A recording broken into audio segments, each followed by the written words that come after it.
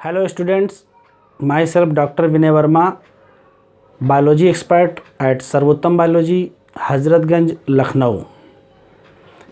NEET exam में gamete पर based, gamete formation पर बेस्ड कुछ क्वेश्चन पूछे जाते हैं।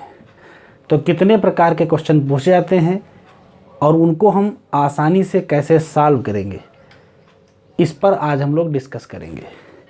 गैमीट प्रोबेबिलिटी के क्वेश्चन डिस्कस करने से पहले ब्रीफली हम ये समझ लेंगे कि गैमीट क्या होते हैं, कैसे बनते हैं। Let's start. ज़्यादातर ऑर्गेनिज्म डिप्लॉयड होते हैं और मियोसिस के बाद हैप्लॉयड गैमीट का फॉर्मेशन होता है। जैसे अगर genotype capital T small T है, ये 2n संख्या है, मियोसिस के बाद दो गैमीट बनेंगे, एक कैपिटल टी एक स्मॉल टी। ये n और n को रिप्रेजेंट करेगा। चूँकि दो ही प्रकार के गैमीट हैं तो 50% possibility with gamete capital T allele and 50% gamete with small T allele. इसका मतलब gamete are the haploid cell form by meiotic division of the diploid cell. अब सबसे पहला सवाल जो गैमीट पर पूछा जाता है वो ये है कि किसी पर्टिकुलर जीनोटाइप से कितने प्रकार के गैमीट बनेंगे। तो जो फर्स्ट टाइप ऑफ क्वेश्चन है, या पहला जो क्वेश्चन हम चर्चा करेंगे वो होगा टाइप ऑफ गैमीट्स। ये बहुत आसान क्वेश्चन है और इसका सिंपल फार्मूला है। टाइप ऑफ गैमीट निकालने के लिए 2 की पावर n होता है, इसमें n हेटेरोजाइगस पेयर है। इसको एग्जाम्पल से आपको समझना होगा। जैसे capital A small a genotype है, इसमें कितने गैमीट बनेंगे? तो है एक हेटेरोजाइगस पेयर है, एक हेटेरोजाइगस पेयर है तो 2 की पावर n की जगह 2 की पावर 1 रखेंगे, आंसर आ जाएगा 2। इसी तरीके से capital A small A capital B small B, ये एक हेटेरोजाइगस पेयर है, ये दूसरा हेटेरोजाइगस पेयर है, तो टोटल 2 हेटेरोजाइगस पेयर हैं, तो 2 की पावर 2 रखेंगे, आंसर 4 टाइप ऑफ गैमीट आएगा। अगर capital A small A capital B small B capital C small C, ये एक हेटेरोजाइगस पेयर, ये दूसरा हेटेरोजाइगस पेयर, ये तीसरा हेटेरोजाइगस पेयर, इसका मतलब टोटल हेटेरोजाइगस पेयर 3 हैं, तो 2 की पावर 3, तो आंसर आ जाएगा 8 टाइप ऑफ गैमीट। ये सिंपल है, इसको भी देख लेते हैं। Capital A capital B capital C small C capital D capital E small E. इस जीनोटाइप में कितने प्रकार के गैमीट बनेंगे तो देखेंगे। ये होमोजाइगस पेयर है, ये हेटेरोजाइगस पेयर है, ये हेटेरोजाइगस पेयर है, ये होमोजाइगस पेयर है, ये हेटेरोजाइगस पेयर है। तो कितने हेटेरोजाइगस पेयर? एक हेटेरोजाइगस, 2 हेटेरोजाइगस, 3 हेटेरोजाइगस पेयर। इसका मतलब 2 की पावर 3, आंसर आ जाएगा 8 टाइप ऑफ गैमीट। ये बहुत सिंपल है। टाइप ऑफ गैमीट जीनोटाइप के आधार पर जितने हेटेरोजाइगस पेयर होंगे उसको 2 की पावर लिखेंगे। इसमें 1 तो 2 की पावर 1, इसमें 2 तो 2 की पावर 2, इसमें 3 तो 2 की पावर 3। इसमें देखने को तो लगता है कि बहुत सारे इसमें जीन्स हैं, लेकिन हेटेरोजाइगस पेयर केवल 1 2 3 है, तो 2 की पावर 3, आंसर आएगा 8। तो सबसे आसान जो क्वेश्चन गैमीट पर बनता है वो यही है, टाइप ऑफ गैमीट। और उसके लिए सिंपली हम केवल हेटेरोजाइगस पेयर देखेंगे और 2 की पावर रखेंगे और आंसर हमें मिल जाएगा। ये सबसे आसान टाइप है। सेकेंड वेराइटी ऑफ क्वेश्चन जो गैमीट फॉर्मेशन में पूछा जाता है, उसमें पूछता है किसी पर्टिकुलर जीनोटाइप में किसी पर्टिकुलर गैमीट के बनने की कितनी पॉसिबिलिटी है। तो उसको हम लोग डिस्कस करते हैं, देखते हैं। जैसे मान लेते हैं genotype capital A capital B small B है, कितने टाइप के गैमीट बनेंगे? तो दिख रहा है 2 हेटेरोजाइगस पेयर है, तो 2 की power 2 means 4 type of gamete. तो देख लेते हैं कौन 4 टाइप ऑफ गैमीट बनेंगे। 4 टाइप ऑफ गैमीट कौन कौन से देखेंगे। तो गैमीट बनने का तरीका ज़रा समझ लीजिए। इसको इसके साथ ले लेंगे कैपिटल ए कैपिटल बी, इसको इसके साथ ले लेंगे कैपिटल ए स्मॉल बी, इसको इसके साथ ले लेंगे स्मॉल ए कैपिटल बी, और इसी को इसके साथ ले लेंगे स्मॉल ए स्मॉल बी। इन 4 टाइप ऑफ गैमीट में से क्वेश्चन क्या पूछता है? क्वेश्चन पूछ सकता है कि capital A small A capital B small B genotype से कैपिटल ए कैपिटल बी वाले गैमीट बनने की कितनी पॉसिबिलिटी है। तो दिख रहा है चूंकि 4 टाइप ऑफ गैमीट बने हैं तो इसकी पॉसिबिलिटी कितनी होगी 1/4, इसकी कितनी 1/4, इसकी 1/4, इसकी 1/4, चाहे 1/4 कहें या 25% भी कह सकते हैं। तो दूसरी जो टाइप पूछता है किसी पर्टिकुलर जीनोटाइप में से किसी पर्टिकुलर गैमीट के बनने की पॉसिबिलिटी आपसे पूछेगा, तो हम उतने टाइप के गैमीट बना सकते हैं और देख सकते हैं कि क्या पॉसिबिलिटी है। और देख लेते हैं, capital A small A capital B small B capital C small C capital D small D. अगर आपसे पूछा जाए कि कितने टाइप के गैमीट बनेंगे तो 4 हेटेरोजाइगस पेयर हैं तो 2 की पावर 4, तो कितना आंसर है, तो 2 की पावर 4 के हिसाब से 16 हो जाएंगे, 16 टाइप ऑफ गैमीट। अब इसमें से अगर आपसे पूछेगा इस पर्टिकुलर जीनोटाइप से small A capital C B small C capital D type of gamete बनने की कितनी संभावना है। इस जीनोटाइप में 16 टाइप ऑफ गैमीट बनते हैं। पहला तरीका ये है कि या तो हम 16 टाइप ऑफ गैमीट बनाएं और फिर काउंट करें कि इसके बनने की संभावना कितनी है, लेकिन इतना समय हमारे पास एग्जाम में नहीं होता है। तो हम इस गैमीट को आसानी से कैसे निकालेंगे, तो वो सिंपल तरीका आप समझें कि बगैर गैमीट बनाए किस तरीके से इस टाइप ऑफ गैमीट को निकाला जा सकता है। तो देखते हैं, आप सिर्फ इतना सोचिए कि गैमीट में अगर स्मॉल ए है तो उसके लिए यहीं से स्मॉल ए आया होगा, तो यहाँ से स्मॉल ए आने की कितनी संभावना 1/2, या तो ये आ सकता है या तो ये स्मॉल ए आएगा, इसकी पॉसिबिलिटी 1/2। इस जीनोटाइप से कैपिटल बी आने की कितनी संभावना, उसकी भी 1/2। इस जीनोटाइप से स्मॉल सी आने की संभावना कितनी 1/2। इस जीनोटाइप से कैपिटल डी आने की कितनी संभावना 1/2। किसी गैमीट में चारों एक साथ हों, इसकी संभावना के लिए हम आपस में मल्टीप्लाई कर देंगे और आंसर आ जाएगा 1/16, 2:4:8:16।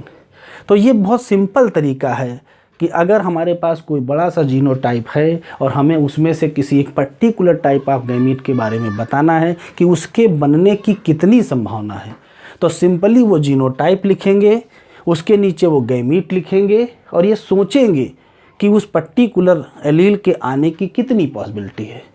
इस पेयर में से स्मॉल ए आने की संभावना 1/2, कैपिटल बी आने की संभावना 1/2, स्मॉल सी आने की संभावना 1/2 और कैपिटल डी आने की संभावना 1/2, एक साथ होने की संभावना 1/16।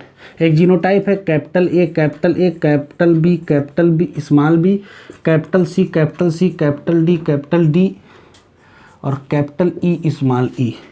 इस जीनोटाइप में gamete capital A capital B capital C capital D और कैपिटल ई के बनने की कितनी पॉसिबिलिटी है। यह जीनोटाइप है, यह गैमीट है। बहुत सिंपल तरीके से हम इसको कैलकुलेट कर सकते हैं। आप इमेजिन करिए कि यहाँ से कैपिटल ए आने की कितनी पॉसिबिलिटी 100% आने की पॉसिबिलिटी है, 100 की जगह 1 लिखेंगे। यहाँ से कैपिटल बी आने की संभावना, तो कैपिटल बी भी है स्मॉल बी भी है, तो कैपिटल बी आने की पॉसिबिलिटी 1/2। यहाँ से कैपिटल सी आने की पॉसिबिलिटी 1, यहाँ से कैपिटल डी आने की पॉसिबिलिटी 1 और कैपिटल ई आने की पॉसिबिलिटी 1/2, तो नेट पॉसिबिलिटी 1/4। इस पर्टिकुलर जीनोटाइप से इस पर्टिकुलर गैमीट के बनने की पॉसिबिलिटी 1/4 है। अगर हम इसमें how many type of gamete लिखेंगे तो कितने हेटेरोजाइगस पेयर है, 1 हेटेरोजाइगस पेयर है, 2 हेटेरोजाइगस पेयर है, 2 की पावर 2 रखेंगे, आंसर 4 टाइप्स ऑफ गैमीट है। तो या तो हम 4 टाइप ऑफ पहले गैमीट बनाएं, फिर उसमें से देखें इसके नंबर कितने हैं, तो इससे अच्छा तरीका है केवल डायरेक्ट गैमीट लिखें, पॉसिबिलिटी लिखें और सीधे आंसर बता दें। एक बार हम इसको फिर से देखना चाहेंगे, आपको बता देते हैं। मान लेते हैं genotype capital Y capital R small R और कैपिटल ई स्मॉल ई है, कैपिटल ई। इस गैमीट इस जीनोटाइप में से capital Y capital R capital E के बनने की कितनी संभावना है, वो गैमेट जिसमें ये 3 अलील हों, उनके बनने की संभावना यदि निकालना हो तो इमेजिन करना है यहाँ से कैपिटल Y आने की कितनी पॉसिबिलिटी, 1/2। यहाँ से कैपिटल R आने की पॉसिबिलिटी 1/2। यहाँ से कैपिटल E आने की संभावना 100% है, इस नाते इसको मल्टीप्लाई करेंगे, आंसर 1/4 आएगा। तो दूसरा जो टाइप ऑफ क्वेश्चन बनता है, second variety of question on gamete, कि किसी पर्टिकुलर जीनोटाइप में किसी पर्टिकुलर गैमीट के बनने की कितनी पॉसिबिलिटी है, तो उसको हम इतने आसानी से सिंपली तरीके से निकाल सकते हैं। तीसरी जो वैरायटी गैमीट प्रोबेबिलिटी पर आपसे पूछी जाती है वो होती है पैरेंटल एंड रिकॉम्बिनेंट गैमीट।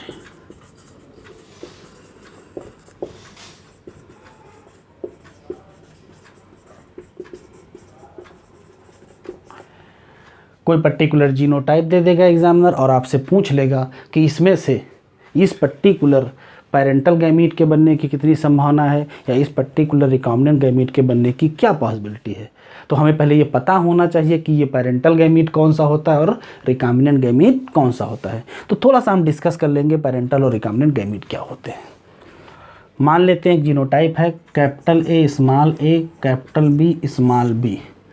अब इसमें कौन सा पैरेंटल गैमीट बनेगा और कौन सा रिकॉम्बिनेंट गैमीट बनेगा, उसको समझने के लिए हमें इनका अरेंजमेंट समझना पड़ेगा। जैसे ऐसी संभावना है कि ये एक क्रोमोसोम पेयर है और इस पर यहाँ कैपिटल A जीन है तो अंडरस्टूड है यहाँ स्मॉल a होगा, यहाँ कैपिटल B है तो इस पर अंडरस्टूड है स्मॉल b होगा। लेकिन ये भी संभावना है कि क्रोमोसोम पेयर में यहाँ कैपिटल A हो, यहाँ स्मॉल a, यहाँ स्मॉल b है और यहाँ कैपिटल B है। इसी जीनोटाइप का ये अरेंजमेंट भी पॉसिबल है और इसी जीनोटाइप का ये अरेंजमेंट भी पॉसिबल है।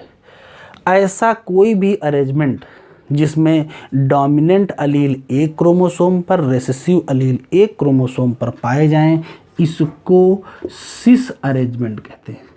ऐसा कोई भी अरेंजमेंट जिसमें दोनों क्रोमोसोम पर डोमिनेंट भी और रेसेसिव भी पाया जाए, जैसे इस क्रोमोसोम पर एक डोमिनेंट एक रेसेसिव, इस क्रोमोसोम पर ये डोमिनेंट ये रेसेसिव, अगर दोनों क्रोमोसोम पर डोमिनेंट और दोनों पर रेसेसिव हों तो उसको हम लोग ट्रांस अरेंजमेंट कहते हैं। इस पर्टिकुलर जीनोटाइप में, चूंकि इसी का हम लोग काफ़ी देर से इसकी बात कर रहे हैं, इसमें कितने हेट्रोजाइगस पेयर 2, तो कितने टाइप के गैमीट बनेंगे 4। इसमें 4 टाइप ऑफ गैमीट बनेंगे। कौन कौन से बनेंगे इसको हम लोग देखते हैं। तो पहली संभावना देखते हैं कि हो सकता है कि ये दोनों एक साथ रह जाएं, मतलब कैपिटल A कैपिटल B, तो इस क्रोमोसोम के एक साथ रह जाएंगे स्मॉल a स्मॉल b। ऐसा भी हो सकता है इस कैपिटल A के साथ ये चलाए कैपिटल A स्मॉल b और इसके साथ ये चलाए स्मॉल a कैपिटल B। यही 4 टाइप्स ऑफ गैमीट बन सकते हैं। यहाँ देख लेते हैं, यहाँ ये दोनों एक साथ रह सकते हैं कैपिटल A स्मॉल b, तो ये दोनों भी एक साथ रह सकते हैं स्मॉल a कैपिटल B। ये इसके साथ जा सकता है कैपिटल A कैपिटल B, ये इसके साथ जा सकता है स्मॉल a स्मॉल b। इस पर्टिकुलर जीनोटाइप के 4 टाइप ऑफ गैमीट बनेंगे।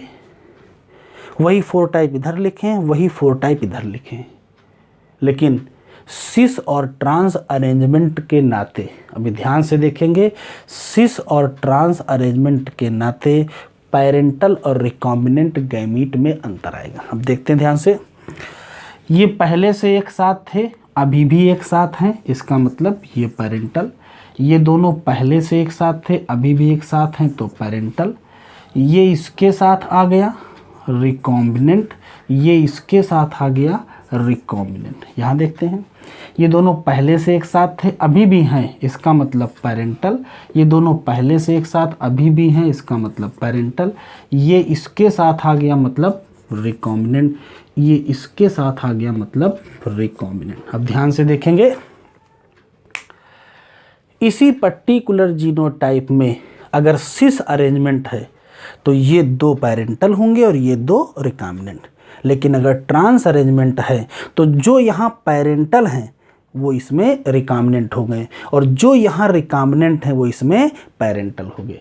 कहने का मतलब ये है कि किसी पर्टिकुलर जीनोटाइप से किसी पर्टिकुलर गैमीट, पैरेंटल गैमीट या रिकॉम्बिनेंट गैमीट कौन से होंगे, वो इस बात पर डिपेंड करेगा कि एलील्स का अरेंजमेंट या जीन्स का अरेंजमेंट सिस है या ट्रांस है। क्योंकि सिस अरेंजमेंट में capital A capital B parental है, ट्रांस अरेंजमेंट में capital A capital B recombinant gamete है। तो एक बात हमें समझ में आ जानी चाहिए कि किसी भी क्वेश्चन में पैरेंटल और रिकॉम्बिनेंट गैमीट का आंसर लगाने से पहले ये ज़रूर सोचेंगे कि अरेंजमेंट कौन सा है, सिस अरेंजमेंट है कि ट्रांस अरेंजमेंट है। अगर कुछ न दिया हो तो हम सिस अरेंजमेंट मानेंगे या एग्जामिनर कहेगा कि सिस अरेंजमेंट में है या ट्रांस अरेंजमेंट में है। और अंतर आपके सामने दिख रहा है, capital A capital B gamete cis arrangement में पैरेंटल है, लेकिन वही capital A capital B trans arrangement में रिकॉम्बिनेंट है। पैरेंटल और रिकॉम्बिनेंट गैमीट का परसेंटेज एग्जामिनर पूछता है, और पैरेंटल और रिकॉम्बिनेंट गैमीट का परसेंटेज लिंकेज या रिकॉम्बिनेशन फ्रीक्वेंसी के हिसाब से चेंज होता है। ये हम आपको भी एग्जाम्पल से प्रूव कर देंगे। तो एग्जामिनर करता क्या है, लिंकेज फ्रीक्वेंसी या रिकॉम्बिनेंट फ्रीक्वेंसी या क्रॉसिंग ओवर फ्रीक्वेंसी दे करके आपसे किसी पर्टिकुलर टाइप ऑफ गैमीट का परसेंटेज पूछ लेता है। वो परसेंटेज हम तभी कैलकुलेट कर सकते हैं जब हमें ये पता हो कि पूछा जाने वाला गैमीट पैरेंटल गैमीट है कि रिकॉम्बिनेंट गैमीट है। इसको हम एक एग्जाम्पल से discuss. Role of linkage in gamete formation देख लेते हैं। मान लेते हैं genotype capital A small A capital B small B है और सिस अरेंजमेंट में। तो सिस अरेंजमेंट का मतलब ये है, कैपिटल ए यहाँ होगा, स्मॉल ए यहाँ, कैपिटल बी इस क्रोमोसोम पर तो स्मॉल बी इस क्रोमोसोम पर। इसका मतलब ये है कि capital A gene capital B से लिंक्ड है और small A gene small B से लिंक्ड है। ये लिंक्ड जीन है, और जो लिंक्ड जीन होते हैं वो जल्दी एक दूसरे से अलग नहीं होते हैं, उनके साथ बने रहने की संभावना ज़्यादा होती है।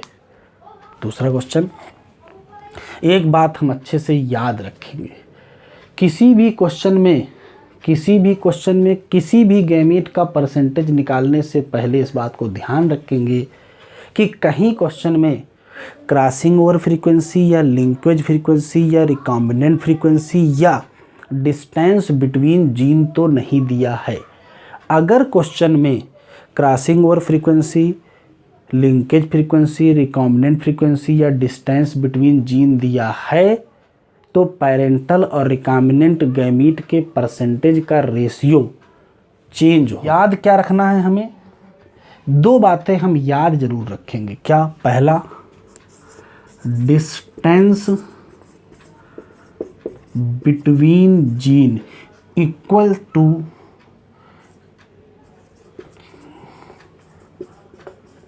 Crossing over percentage equal to recombinant percentage. दूसरी बात जो हमें याद रखनी है, linkage percentage equal to parental percentage. यदि ए और बी जीन 30 सेंटीमार्गन अपार्ट हैं, इसका मतलब ही है कि 30% क्रॉसिंग ओवर है या 30% रिकॉम्बिनेंट गैमीट बनेंगे।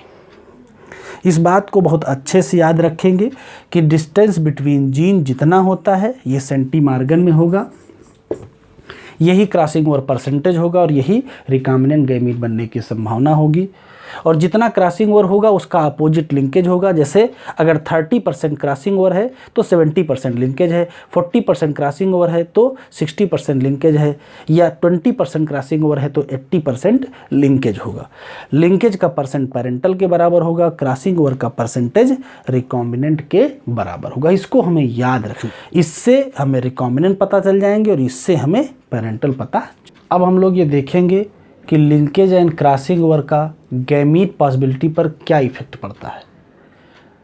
जैसा कि क्वेश्चन में दिया है, capital A capital B shows 40% cross over value, percentage of small A capital B gamete पूछा गया है, जीनोटाइप कैपिटल ए स्मॉल है, कैपिटल बी स्मॉल बी है, और अरेंजमेंट सिस है।